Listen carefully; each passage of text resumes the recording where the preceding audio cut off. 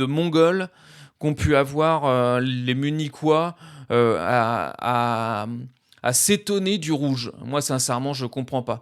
Et puis, c'est une équipe qui, sincèrement, je n'aime pas. Je les trouve prétentieux, je les trouve complètement détestables dans leur attitude. Il n'y a pas un joueur qui est venu voir Hakimi, alors que c'est quand même un joueur qui est quand même respecté et aimé de beaucoup. C'est pas un méchant, Hakimi. Il n'y a pas un joueur qui est venu le voir pour voir si ça allait et tout. C'est vraiment une équipe de merde. En termes d'attitude, c'est une équipe de merde, le Bayern. Donc, il n'y a pas de problème. Marquinhos 3, je peux pas lui mettre plus. Il a été dépassé sur tout le truc. En plus, il nous a coûté le deuxième but. Ça nous a coûté cher. Surtout qu'en plus, je comprends pas parce que sur le deuxième but, il gagne son duel face à Ken physiquement.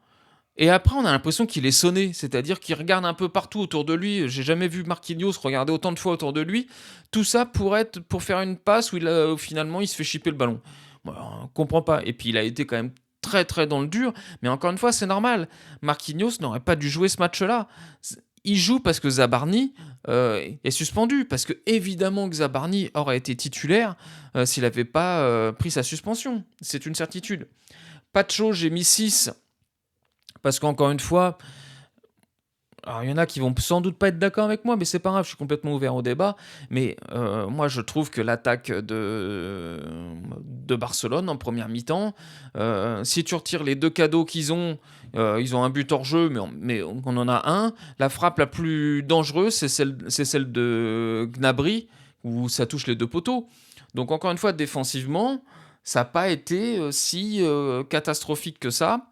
La passe de Pacho, moi je pense que c'est surtout le milieu de terrain, enfin le côté gauche, qui n'ont pas été réactifs du tout à sa passe, parce que pour moi elle est très bonne parce qu'elle casse des lignes.